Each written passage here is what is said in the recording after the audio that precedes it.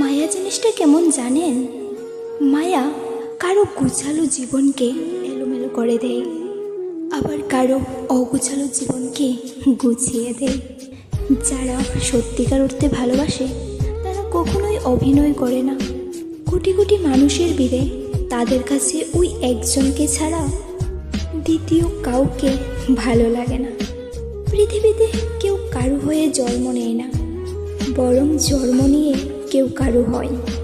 সুতরাং সম্পর্কের জুড়ে হয়তো বলাই যায় তুমি আমার, কিন্তু সারা জীবন নিজের করে রাখা যায় না।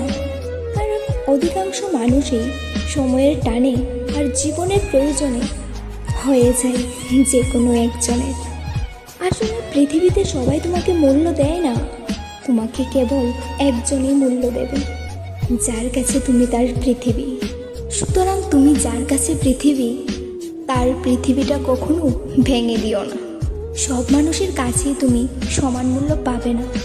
কারো কাছে তুমি কাঁচের গ্লাস